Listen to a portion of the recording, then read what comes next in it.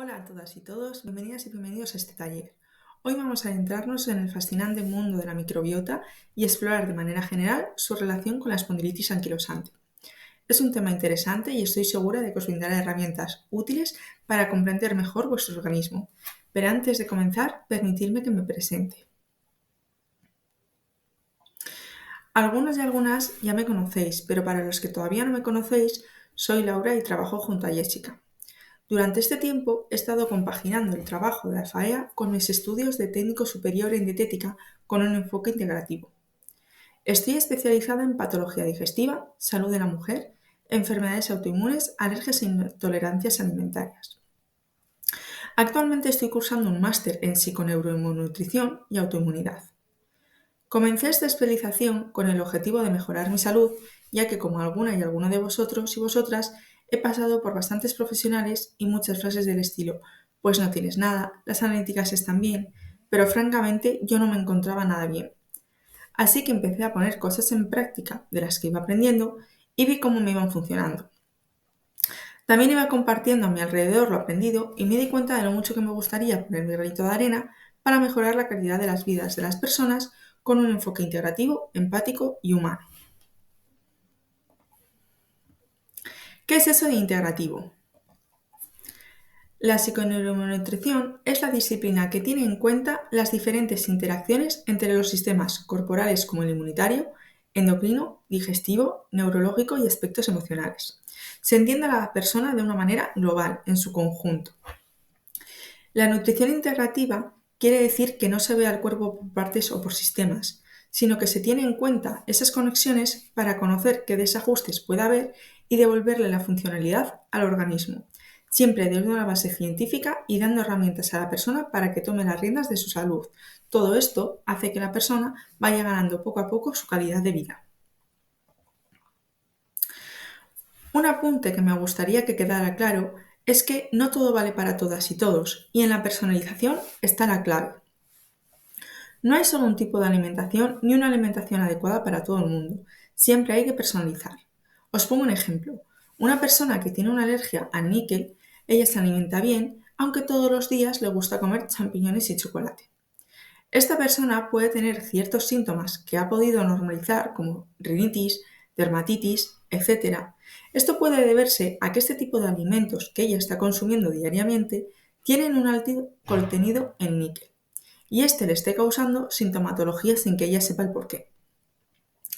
Esto se debe al que el sistema inmunitario está activándose continuamente por estos alimentos, generando inflamación y síntomas. Lo mismo pasa con las personas que tienen alergias a las gramíneas, los cereales de la misma familia les pueden causar sensibilidades y las personas que tienen alergia a la pericinina, granos o cereales, depende de cómo estén conservados, pueden criarse hongos y les estén causando también alguna sintomatología. Así que lo dicho, cuando hay patologías como la nuestra, que nuestro sistema inmunitario está activo, hay que hilar muy fino y personalizar 100% la alimentación en cada caso. Lo que come mi primo, mi vecina, etc., igual no es lo óptimo para mí. Entonces, ¿qué hacemos? Venga a oír en redes que esto es bueno, que esto es malo. Entonces, ¿dejamos de comer todo lo que se nos dice que es malo? No. No hay que dejar todo. Simplemente hay que abordarlo desde el origen. Hay que saber qué le pasa al organismo, dónde está el problema. Y ya os adelanto que normalmente el problema suele estar por el aparato digestivo.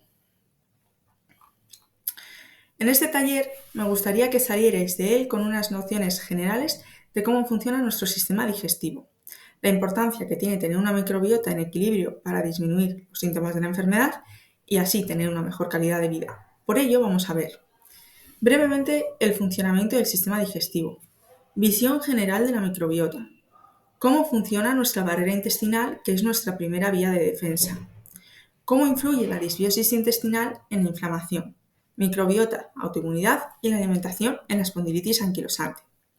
Vamos con la primera parte, el aparato digestivo. El sistema digestivo se le conoce como un conjunto de órganos que se encargan del proceso digestivo, es decir, la transformación de los alimentos que consumimos en moléculas más pequeñas para que puedan pasar al interior del organismo por el proceso de la absorción.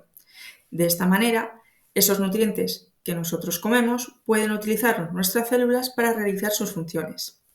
Además, tiene la particularidad de que es la superficie que conecta el medio exterior con nuestro medio interno. En la imagen de la derecha vemos el lumen intestinal. La parte más oscura, que es como hueca, ahí irían los alimentos que pasarían por esas paredes a nuestras células, sangre, células, para llegar a hacer sus funciones.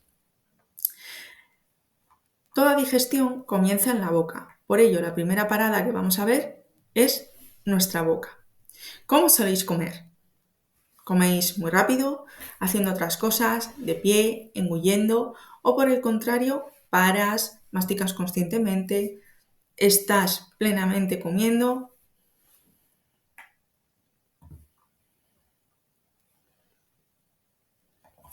Depende de si masticamos relajadamente y de manera consciente cada bocado que nos metemos en nuestra boca o si por el contrario engullimos, puede que tengamos una digestión u otra.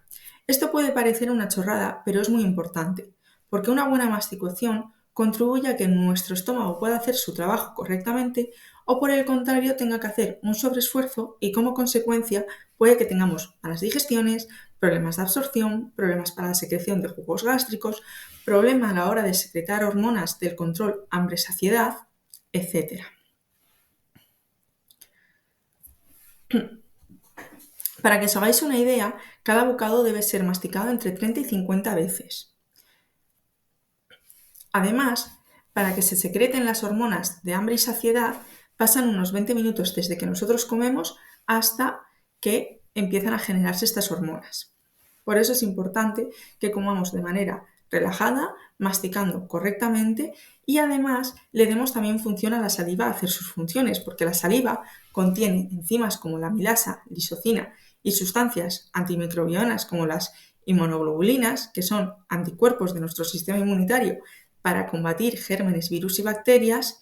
Entonces, si nosotros no masticamos correctamente esta primera parte de la digestión, no se dará correctamente y llegaremos al estómago para que él tenga que hacer más trabajo del que ya hace. La segunda parada es el estómago. Y ahora os lanzo también otra pregunta. Si tenemos síntomas como ardor, reflujo, pesadez, hinchazón, ¿qué pensáis que puede ser? ¿Hay un exceso de ácido o un déficit de ácido?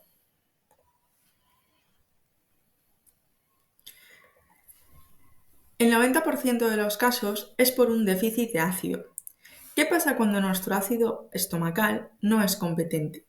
Pues hace que se corten mal proteínas, que no se desinfecte bien el medio, favoreciendo así el paso de patógenos al intestino y que puedan dar una disbiosis intestinal, que no se absorban bien ciertos micronutrientes, etc.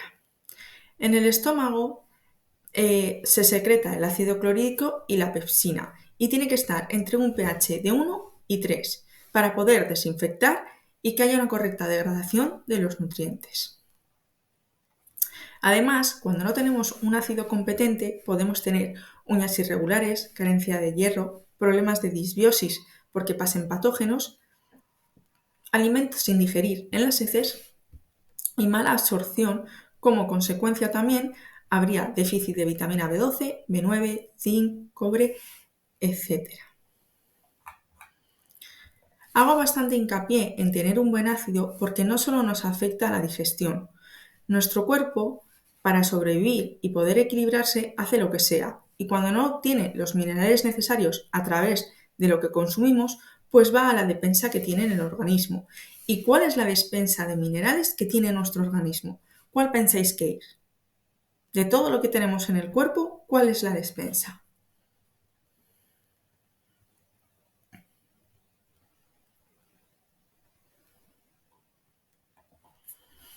Los huesos, efectivamente.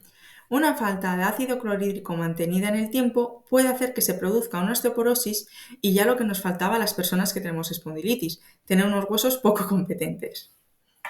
Una vez nuestros alimentos han pasado por la boca, por el estómago, llegan a la tercera parada que es el intestino delgado. Aquí tenemos el duodeno, yeyuno y el ileum. En el duodeno se sigue haciendo la digestión y se libera también bilis y las secreciones pancreáticas. Estas hacen que se puedan descomponer los hidratos de carbono en moléculas más pequeñas como glucosa, galactosa, lactosa, las proteínas en aminoácidos y las grasas en ácidos grasos. Además, en el duodeno también absorbemos minerales, calcio, fósforo, magnesio, selenio, y de él pasamos al yeyuno, que es la parte del intestino delgado donde más capacidad de absorción tenemos. Aquí sobre todo serán vitaminas del grupo B, vitamina C, A, D, K, E, hierro, grasas, los monosacáridos y por último llegamos al ileum, que aquí se absorben las sales biliares, vitamina B12 y vitaminas liposolubles. Pero para que pueda darse bien y correctamente toda esta absorción, necesitamos tener a las microvellosidades de nuestro tubo digestivo. Estas microvellosidades las tenemos a lo largo de todo nuestro tubo digestivo, son como unas criptitas y tienen como unos pelitos, ¿vale? Que ahí es como absorbemos los nutrientes.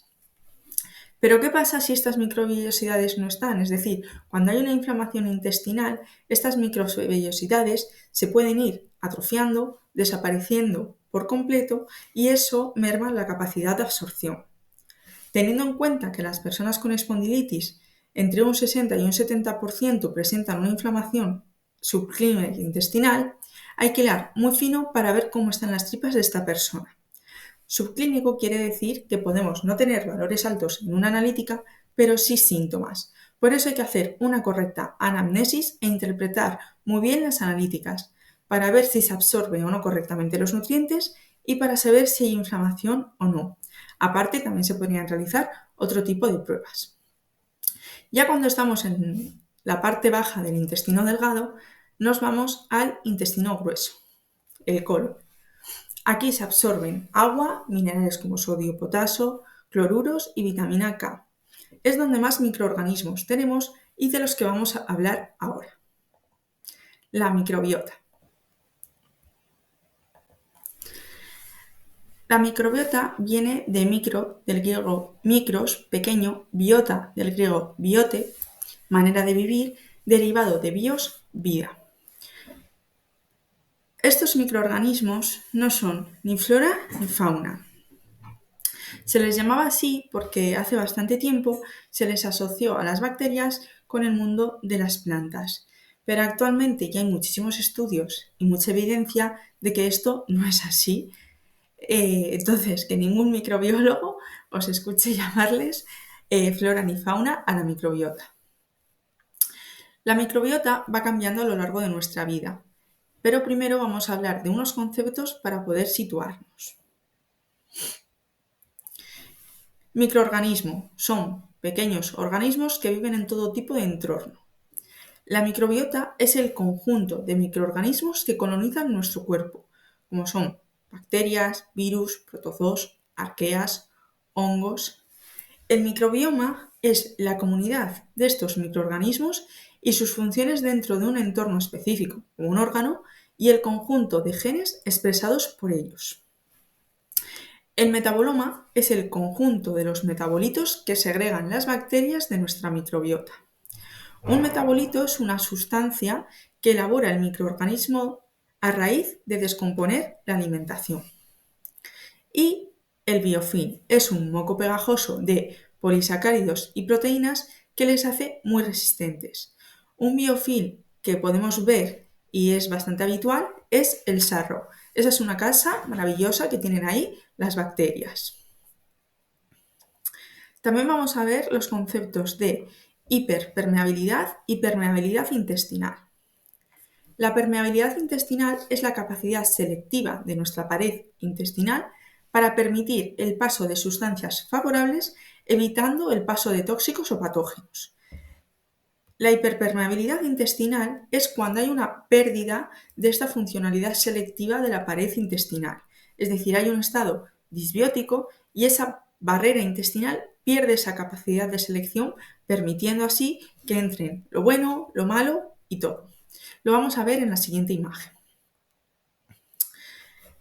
La permeabilidad intestinal sería con un estado de eubiosis, es decir, nuestros microorganismos en equilibrio, como vemos en la parte azul, el moco en una buena capa de moco donde están los microorganismos, las funciones del enterocito, que son esas células azules con esas uniones la hace correctamente y la hiperpermeabilidad intestinal sería con un estado de disbiosis, la parte naranja. Hay una pérdida de equilibrio de los microorganismos y una alteración del funcionamiento. Los enterocitos, en vez de hacer su capacidad selectiva, no pueden cerrarse del todo y van pasando por ahí pues todo tipo, pues alimentos parcialmente digeridos, bacterias, virus, pasan al torrente sanguíneo provocando una serie de sintomatología. Vamos a ver, ahora que hemos visto un poco y nos hemos situado, vamos a ver qué microorganismos viven con nosotros. Los microorganismos que viven con nosotros son protozoos, virus, arqueas, hongos y las bacterias. Estos son nuestros habitantes. Los protozoos, igual os suena, son parásitos, puede ser la guiarda, los blastocitis, los virus que son material genético empaquetado y que necesitan otras células para replicarse, pues están los fagos que son de las bacterias o los virus humanos. Las arqueas son unos microorganismos que predisponen a estreñimiento y obesidad, las Methanobrevibacter y metanosforas. Los hongos, os sonará, por ejemplo, la cándida sobre todo, evidentemente, pero no sé si alguna vez has tenido pues caspa en la cabeza, te salen como unas plaquitas, ¿sabes? Aunque te laves la cabeza esté todo limpio, salen como unas plaquitas, hay una dermatitis. Bueno, pues hay un hongo que es la malassezia que tiene mucho que ver con todo esto. Pero nos vamos a centrar más en las bacterias. Las bacterias tenemos 5 familias: Firmicutes, Bacteroides, Actinobacterias, Proteobacterias y Verrocumicrobia. Los Firmicutes les encantan mucho los hidratos de carbono, entonces puede haber personas que tengan un exceso de ellos más propensas a la obesidad. Los bacteroides, va a haber bacteroidetes, prebotella, las actinobacterias son unas bacterias muy presentes en la piel. Las proteobacterias tienen unos liposacáridos y pueden provocar ciertas toxinas cuando hay un sobrecrecimiento de ellas. Y la verrocumicrobia, que igual os suena a algunos, la Arquemansia, es la que se encarga del moco. A nivel digestivo, predominan las familias de los bacteroides y los firmicutes. Estos microorganismos han estado siempre viviendo con nosotros, pero al ir evolucionando, cambiando nuestra forma de vivir, de alimentarnos, excesos de limpieza en ocasiones, pérdida del contacto con la naturaleza, hemos ido perdiendo esta diversidad bacteriana o han podido disminuir una familia y aumentar otras un poco más conflictivas, derivando en que estos pequeños bichitos que de normal viven con nosotros de manera pacífica y haciendo correctamente sus funciones, pues pueden dejar de vivir tan a gusto y empiecen a trabajar incorrectamente. A continuación os pongo un poco ejemplos de síntomas de desequilibrios. Uy, engordo con el pan. Bueno, cuando hay personas que pueden decir esto, pues igual hay una cantidad excesiva de firmicutes, porque a ellos les encanta fermentar la fibra y esto además también mantenido en el tiempo puede hacer que haya varios problemas digestivos como un sobrecrecimiento bacteriano, SIBO o problemas de resistencia a la insulina. Personas con niebla mental, confusiones, pues puede haber una disminución de los bacteroides. Personas con un olor en los pedetes a huevo podrido, puede haber un predominio de protobacterias. Personas que tengan muchos problemas en la piel, pues igual tienen una disminución de las actinobacterias, que es la bacteria, como he comentado, más abundante en la piel. Personas con muchas taquicardias, picor anal y vaginal, bruxismo, rinitis, pues igual los parásitos están un poco venidos arriba. Personas con ansiedad por el dulce o una sensación de irrealidad, pues igual la que está un poco arriba es la cándida, porque además puede presentar bastante inflamación y hace que generemos muchos tóxicos y acumulemos metales. Entonces, por esa parte, la sensación de irrealidad. Pero cuando estos microorganismos están correctamente en equilibrio y funcionan correctamente, pues hacen varias funciones para nosotros. Las funciones que hace la microbiota para favorecernos es digestión y absorción de nutrientes, apoyo al sistema inmunitario, producción de neurotransmisores, comunicación eje intestino-cerebro y función barrera. En la parte de digestión y absorción de nutrientes, fermentan alimentos y fabrican ácidos grasos de cadena corta para mantener las mucosas y, además, propiedades antiinflamatorias. También sintetizan vitaminas. Producen enzimas para ayudarnos con la digestión y absorción de los nutrientes. Convierte los ácidos biliares en sales biliares para poder reabsorberlas. Si no lo hacen, no podremos reabsorberlas y entonces habrá un problema con la mala absorción de los lípidos. Apoya el sistema inmunitario. Estas bacterias lo que hacen inmunomodulan nuestro sistema inmunitario produciendo linfocitos T reguladores y células dendríticas para tener una buena tolerancia inmunitaria. También a través de la alimentación sintetizamos el triptófano para poder convertirlo en serotonina. También comunican el intestino con el cerebro. A través del tejido linfoide asociado a las mucosas con el nervio vago se comunican con el resto de mucosas y también con nuestro cerebro. La función barrera. Estos microorganismos mantienen la barrera intestinal limpiándola, reparándola y regenerándola. También evita que se adhieran patógenos y también producen péptidos antimicrobianos para mantener a raya virus, hongos, bacterias y demás. Ahora que hemos visto cómo nos ayudan estos microorganismos, vamos a ver qué pasa con los fármacos y ellos. El efecto del fármaco no solo depende de las enzimas y de nuestro metabolismo, sino depende del tipo de microbiota que tengamos, cómo nos hará ese efecto o no, y si tendremos más efectos secundarios o no.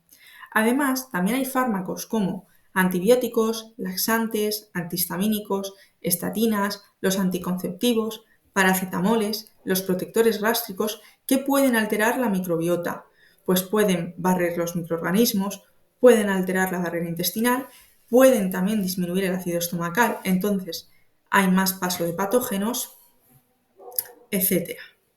Como estoy nombrando mucho la barrera intestinal, vamos a hablar de ella más a fondo y conocer las células que la contienen.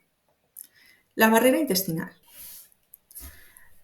Como he comentado, el tubo digestivo conecta nuestra parte del medio externo con nuestro medio interior. La primera línea de defensa que tenemos es nuestra barrera intestinal, que la vemos a continuación. La parte de las celulitas, donde está naranja, rosita, azul, roja, verde, todo eso es la barrera intestinal, ¿vale? Todo el conjunto de las células que la componen. En la parte superior está la capa de moco, en la que hay microorganismos, se segregan sustancias, etc. Y pasando esas células es donde pues, tenemos la sangre, el sistema inmunitario, etc. Vamos a verlo un poco más a detalle. Para que os hagáis una idea, todas estas son parte de la barrera intestinal y cada célula tiene sus funciones. Las células panes segregan sustancias antimicrobianas y enzimas. Las calciformes producen y liberan moco intestinal. Las enteroendocrinas, sustancias como serotonina, motilina, péptido inhibidor gástrico, etc. Los enterocitos, que es la célula por excelencia en nuestro epitelio intestinal, se encargan de absorción de nutrientes, transportar agua, secreción de enzimas y es la primera línea de defensa de nuestro organismo, con 3 funciones también: mecánica, química e inmunológica. La barrera mecánica de los enterocitos la hemos visto un poco antes, que es esa apertura, ese paso selectivo de sustancias. La barrera química es las secreciones para evitar los patógenos y la barrera inmunológica es, junto con el resto de células epiteliales y con el tejido linfoide asociado a las mucosas, se encarga de protegernos y promover la tolerancia inmunitaria. Las células M pertenecen al sistema inmunitario de las mucosas. Son células presentadoras de antígenos, que como he comentado, como nuestro aparato digestivo conecta el exterior con lo interno, estas células se encargan de presentar esos antígenos, sustancias que hace que el cuerpo produzca una respuesta inmunitaria o no, para saber nuestro sistema inmunitario si se activa o no. Se encargan de captar y transportar esos antígenos desde el lumen, es decir, desde el interior de nuestra barrera intestinal hasta el ejército del sistema inmunitario, ¿vale? Paso otra vez la imagen para atrás, es decir, desde donde está la capa del moco, ¿vale? Pasaría a través de todas estas células naranjas, en el caso serían las verdes las que dejarían pasar, al sistema inmunitario.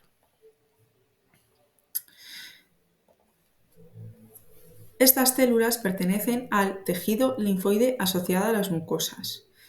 Nuestro tejido linfoide está conectado, o sea, funcionaría como un solo órgano, ¿vale? Eso de eje intestino-cerebro seguro que nos suena a todos, pero también hay un eje pulmón, piel, ojo, urogenital, aunque el que suele mandar es el intestino.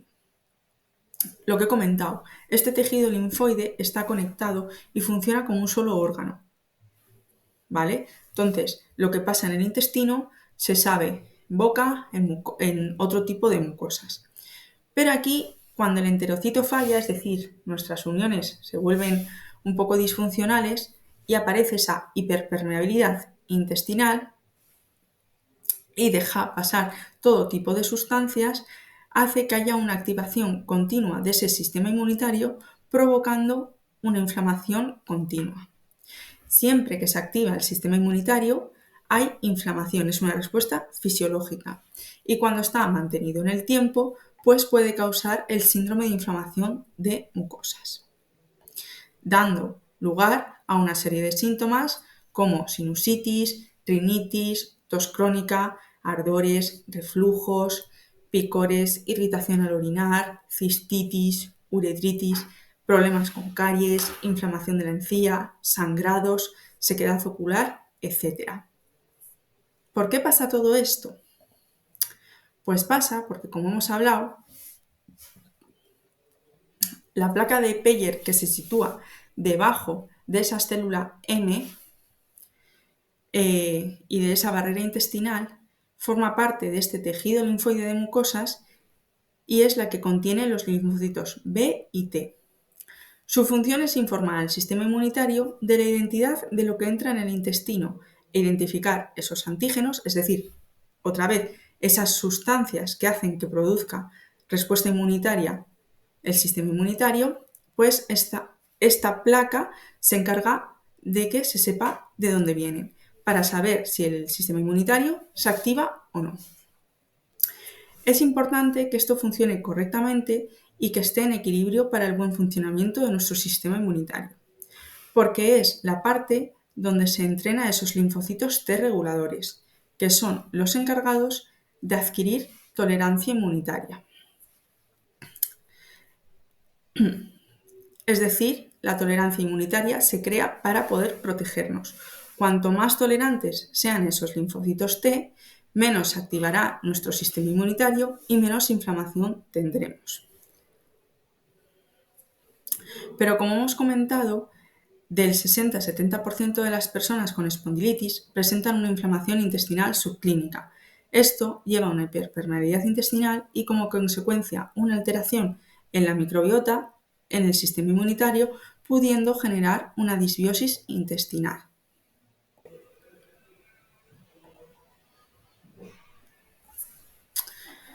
¿Qué pasa en una disbiosis? Pues que si esos enterocitos empiezan a dejar paso a muchas sustancias no reconocidas por nuestro sistema inmunitario, los linfocitos T reguladores activan nuestro sistema inmunitario.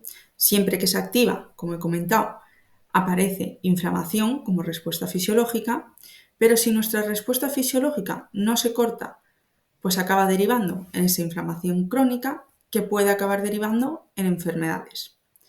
Por ello, en enfermedades autoinmunes es muy importante tener bien entrenados estos linfocitos T reguladores para evitar que se cronifique esta inflamación.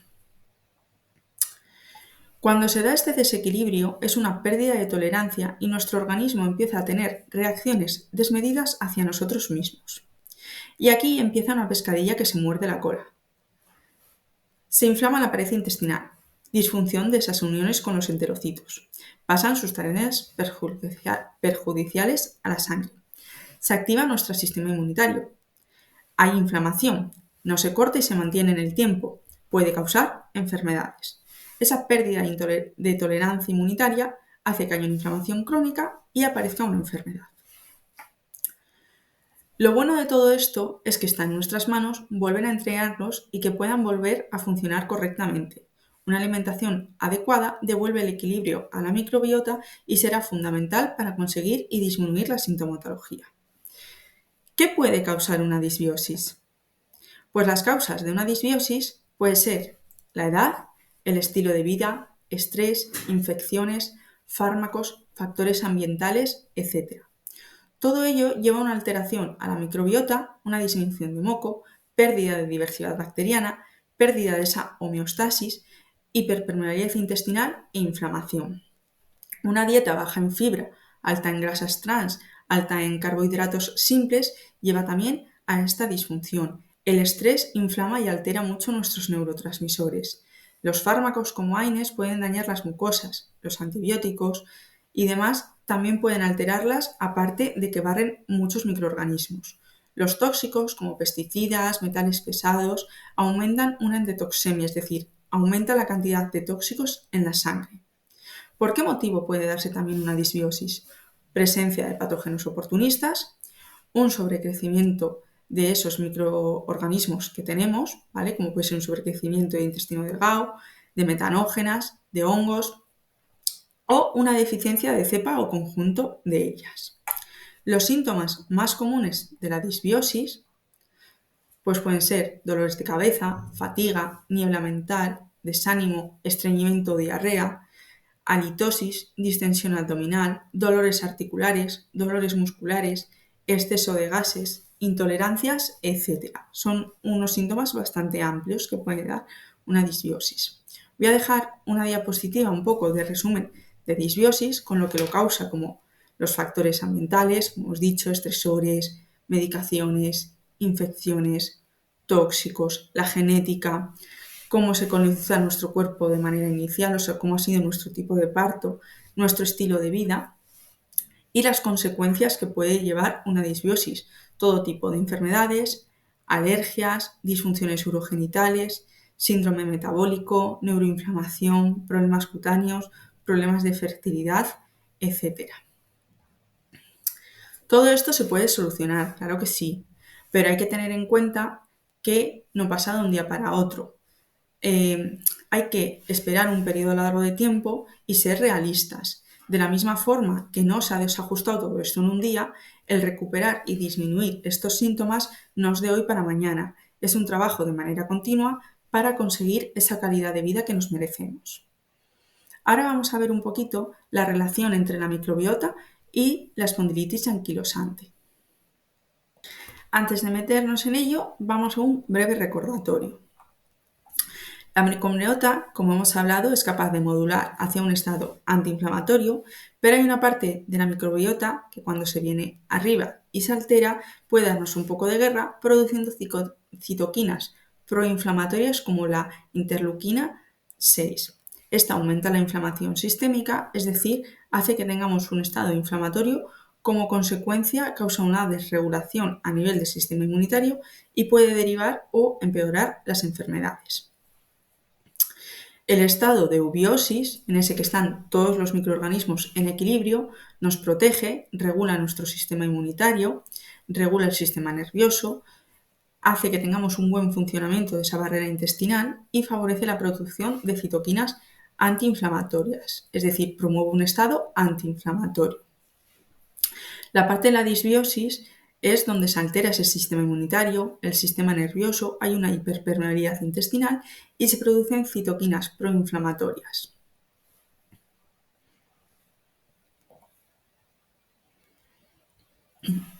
Estudios sobre espondilitis y microbiota indican que personas con espondilitis tienen un desequilibrio en la microbiota. Debido a esta inflamación subclínica de la que llevamos hablando, es el combo perfecto para perder la homeostasis del organismo. Perder esa diversidad bacteriana altera la barrera intestinal, nos inflama, hiperactiva el sistema inmunitario y perdemos tolerancia, es decir, tendremos más sensibilidades y más sintomatología. Generalmente, el tipo de microbiota de las personas con espondilitis anquilosante suele haber un aumento de firmicutes y actinobacterias y menos bacteroides. Tener a nivel intestinal las actinobacterias altas puede aumentar el factor nuclear kappa B. Estos son proteínas que ayudan a controlar las respuestas inmunitarias e inflamatorias. El factor nuclear kappa B puede encontrarse en cantidades mayores de lo normal en algunos tipos de células cancerosas. Además, altas concentraciones o la activación excesiva de esta molécula puede producir trastornos inmunitarios como asma, colitis ulcerosa, trastornos antiinmunitarios como la artritis reumatoide y también hace que acumulemos citoquinas proinflamatorias. Al haber una alteración de las células PANET de la barrera intestinal, hace que se libere estas citoquinas inflamatorias como la interleuquina 23 y 17, que os sonarán porque varios biológicos que se usan para la espondilitis anquilosante actúan en estas moléculas. Estas interleuquinas migran a las articulaciones y a los tejidos periféricos, pudiendo causar daño articular. Esto hace que se tenga más sintomatología. Tener unos bacteroides disminuidos también nos afecta, ya que bacteroides, fusobacterias y protobacterias son las encargadas de sintetizar las vitaminas B de los alimentos. En la espondilitis tenemos un desequilibrio de estas bacterias, es decir, los bacteroides los tenemos disminuidos. Y esto hace que no obtengamos de manera suficiente esas vitaminas a través de la alimentación, haciendo que tengamos una espondilitis más activa. Tener el grupo de vitaminas B en niveles adecuados induce a que los linfocitos T reguladores sean tolerantes y se disminuya esa sintomatología. Una microbiota competente producirá correctamente los ácidos grasos de cadena corta, como butirato, propionato y acetato, que mejorarán nuestra función cognitiva y aumentan la sensación de energía. El butirato promueve el crecimiento de células del sistema nervioso central. También ayuda a tratar la hiperpermeabilidad intestinal, es decir, él se encarga de enriquecer esa barrera intestinal y de estimular esa unión entre los enterocitos. También se encarga de promover un estado proinflamatorio generando citoquinas, reduciendo citoquinas proinflamatorias. El acetato y el propionato regulan las células T, los linfocitos T del sistema inmunitario, es decir, reduciendo la inflamación. También la microbiota tiene mucho que ver en el dolor crónico. Como hemos comentado, nuestro intestino está conectado a nuestro sistema nervioso central, ese eje famoso intestino-cerebro. Una alteración de este eje hace que tengamos más susceptibilidad al dolor. Si tenemos una disbiosis que va causando inflamación, va causando respuestas inmunológicas que no son del todo correctas, así activando nuestro sistema inmunitario y el neurológico, esto llevará a una hiperactivación de las células microglía. Las microglía son células de nuestra médula ósea que están en el sistema nervioso central y participan en la respuesta inmunitaria. Se dan dos tipos de respuesta en estas células, la M1 y la M2. La M1 es inflamatoria y la M2 antiinflamatoria. Cuando las microglías están hiperactivadas, dan una respuesta M1 inflamatoria, generando citoquinas proinflamatorias que hacen que se aumente el glutamato, activando una excitabilidad de nuestro sistema nervioso, y bajan el GABA, que es el regulador de esta excitabilidad. Con lo cual generan una hipersensibilidad al dolor, haciendo que tengamos más dolor. Hasta aquí damos por finalizado toda la parte de la microbiota y ahora vamos a ver cómo a raíz de la alimentación podemos inmunomodular un poco esta microbiota. A continuación vamos a ir con los macronutrientes. De manera general, siempre pensamos que los carbohidratos son pasta, arroz, harina, pero verduras, hortalizas, frutas también son carbohidratos y bastante interesantes por el aporte de nutrientes que le dan a nuestro organismo. Los macronutrientes que tenemos son carbohidratos, proteínas y las grasas. Los carbohidratos son una fuente excelente de energía, fibra, antioxidantes y vitaminas. En ellos, como he comentado, hay verduras, hortalizas, frutas, tubérculos, cereal, pseudocereal y legumbres. Desde el punto de vista práctico, si hay una disbiosis o una inflamación, habría que priorizar vegetales, frutas de temporada, tubérculos y, en menor medida, cereales y legumbres. Luego iremos viendo un poco el porqué. Las proteínas habría que diferenciar entre animal y vegetal. Las animales, pescado, carne, huevos, lácteos, son más asimilables para nuestro organismo. Y las vegetales no tienen los mismos aminoácidos en una toma completa y se asimilan de manera diferente. Habría que consumir en la misma toma legumbre más cereal para hacer que sea el aporte correcto de todos los aminoácidos, y también para las legumbres que se asimilen de mejor manera habría que remojarlas y cocerlas para que se absorba mejor, es decir, para que no nos den tanto problema a nivel digestivo. También para absorber el hierro de las legumbres habría que añadir vitamina C a ellas. En casos de una gran hiperpermeabilidad intestinal, las legumbres pueden no ser interesantes hasta no tratar esa permeabilidad, pero como siempre hay que contextualizar y personalizar. Las grasas nos aportan energía, participan en la producción de hormonas y la asimilación de vitaminas liposolubles. Son parte de nuestras membranas celulares, por ello son importantes y no hay que desplazarlas, pero hay que priorizar grasas como el aceite de oliva virgen extra, el aceite de coco prensado en frío, aguacate, pescados azules, frutos secos. Ahora vamos con la parte de los micronutrientes. En la parte de los micronutrientes encontramos vitaminas y minerales. Vamos a ver un poco las que más nos pueden influir y nos interesan a nivel de la espondilitis. La vitamina A regula la inmunidad innata y celular, ayuda a la formación y mantenimiento de tejidos y mucosas, y un déficit de esta vitamina hace que tengamos problemas de vista, que aumente la interleuquina 12, que es proinflamatoria, causando daño en mucosas, alteración del sistema inmunitario, etc. La vitamina A la podemos encontrar en huevos, carnes, vísceras, alimentos naranjas y pescado azul. La vitamina E es un gran antioxidante, mantiene las mucosas y el sistema inmunitario, ayuda a prevenir los brotes. Una disminución de este tipo de vitamina aumenta la interleuquina 12 también, como hemos dicho que es proinflamatoria, daño en las mucosas, también promueve hemorragias y afecta al sistema neuromuscular. La vitamina E la encontramos en aceite de oliva virgen extra, aguacate, aceitunas, semillas, nueces, verduras de hoja verde, etc. La vitamina E podríamos ampliar mucho, pero vamos a acotar en que facilita la absorción del calcio, regula la inmunidad innata y celular. Sí que es muy importante en personas con autoinmunidad tener unos niveles de entre 40 y 60 de esta vitamina. Un déficit de esta vitamina puede provocar osteomalacia, dolor crónico, fatiga y enfermedades autoinmunes. La podemos encontrar en lácteos, pescado azul, hígado y yema de huevo o setas. La vitamina K se encarga de ayudar en la coagulación y la salud ósea. Un déficit de esta puede producir moratones, aumenta el riesgo de osteoporosis y la encontramos en verduras de hoja verde, crucíferas, arándanos y carne.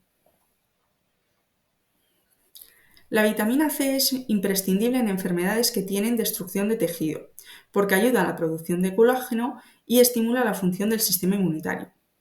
Un déficit de esta vitamina hace que tengamos problemas de sangrado de encía, mala cicatrización, fatiga muscular, inflamación articular, etc. La encontramos en espinacas, tomate, pimiento, fresas, kiwi, cítricos, etc. La vitamina B3 hace que se mantengan los genes, es antioxidante y produce energía. Un déficit de ella puede que tengamos problemas digestivos, de fatiga y problemas de memoria. La podemos encontrar en los alimentos como salmón, carne de vaca, hígado, pechuga de pollo, pipas de girasol y lentejas. La B5 nos ayuda en la cicatrización y es antiinflamatoria. Su déficit es poco frecuente, pero bueno, en caso de que se diera habría entumecimiento de manos. La encontramos en aguacate, brócoli, huevo, hígado, pechugas, seta.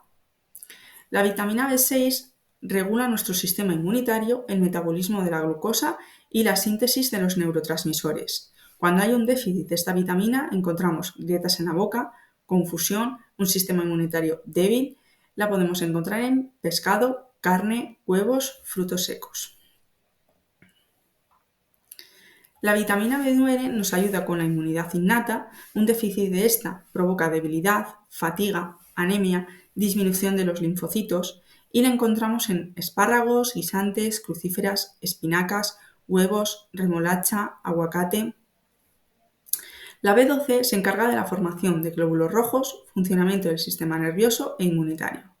Una disminución de ella hace que tengamos disminuidos la fagocitosis, daños neurológicos, anemia, etc. La encontramos en carnes, marisco, huevo, pescado, lácteos. Del magnesio, él tiene unas más de 30 funciones, pero vamos a centrarnos en la regulación del sistema nervioso y muscular, ayuda a la producción de citoquinas antiinflamatorias y un déficit de él podemos tener problemas de estrés, de la gestión de estrés, problemas de sueño, calambres musculares, etc. El magnesio lo encontramos en almendras, nueces, semillas de calabaza, verdura de hoja verde, aguacate y chocolate negro. El hierro mejora nuestra función celular y es importante para nuestra inmunidad. Un déficit de hierro disminuye nuestros linfocitos y empeora las enfermedades.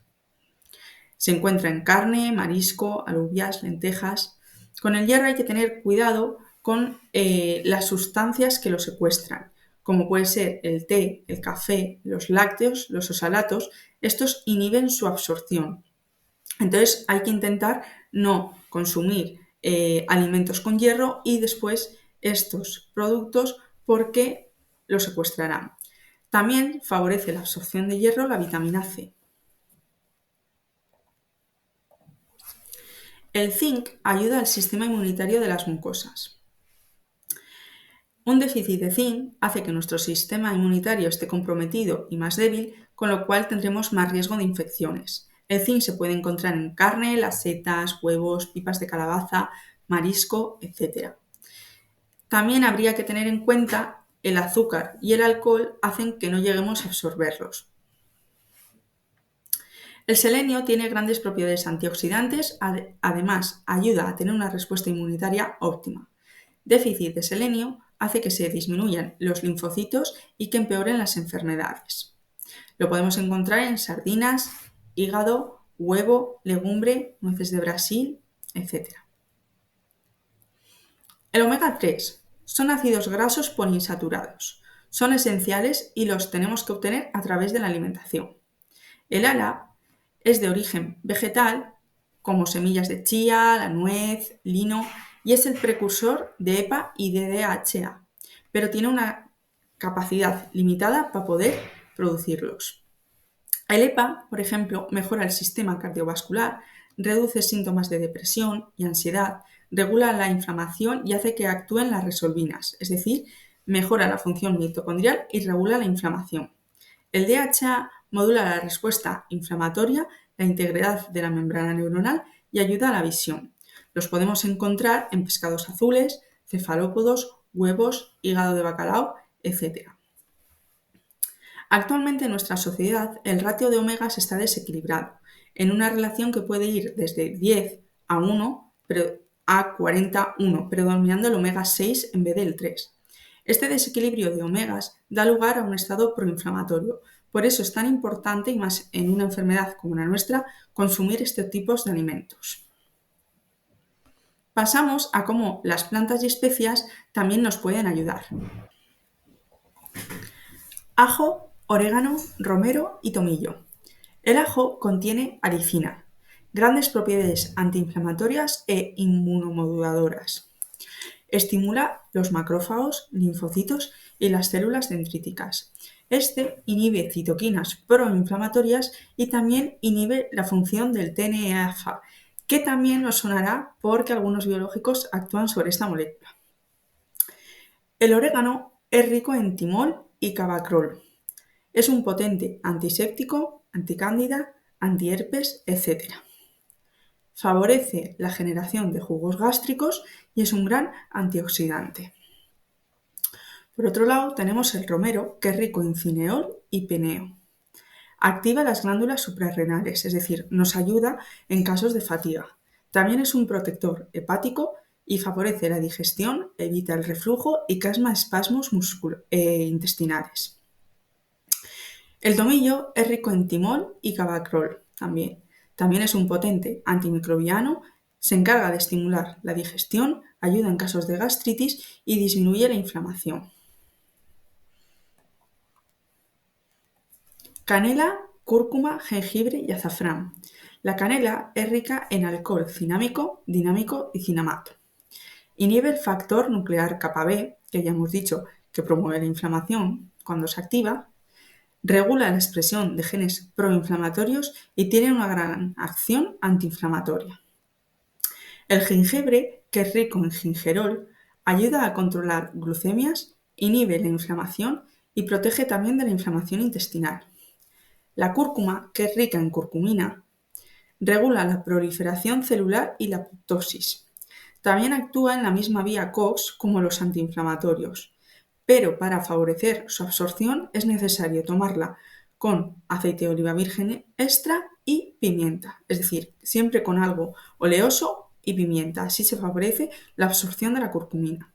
El azafrán, rico en safranal y crocina, modula la inflamación y es un gran antioxidante. Además, ayuda en casos de dolor y ansiedad.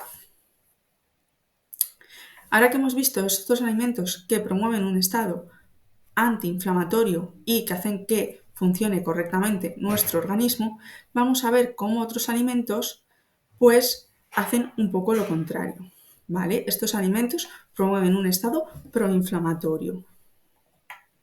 Aquí nos encontramos con los aceites refinados, el azúcar, alcohol y el maíz. Los aceites refinados son proinflamatorios ya que hacen que se descompense ese equilibrio del que hemos hablado antes, omega 3, omega 6 en el organismo. Son colza, avena, girasol, soja, arroz. Si alguna vez necesitáis usar aceite de girasol, siempre que sea alto oleico, ¿vale? Porque tiene más punto y es menos inflamatorio, por así decirlo, y usarlo una vez. El azúcar. Consumir alimentos con alto índice glucémico favorece picos de glucosa y esa bajada. Entonces, cada este piquito va provocando unas gotitas de inflamación que si lo sumamos a todo lo que hemos hablado de tener un poco mal esa barrera intestinal, nuestra propia inflamación, etcétera, pues es como otra gotita más que estamos echando en el vaso. Además, el azúcar promueve la hiperpermeabilidad intestinal, favorece el crecimiento de microorganismos que no son tan necesarios o que no nos interesan tanto y no hacen bien sus funciones y no nos interesa demasiado. El alcohol tiene un efecto estrogénico y hace que se empeore cualquier enfermedad. Inflama la mucosa intestinal, modifica la microbiota y aumenta la hiperpermeabilidad. El maíz es rico en ceína y la ceína hace que nuestros enterocitos no funcionen correctamente, favoreciendo la hiperpermeabilidad intestinal. El café. El café tiene propiedades antioxidantes y polifenoles. Entonces, ¿qué problema habría? Bueno, pues es que el café favorece la hiperpermeabilidad.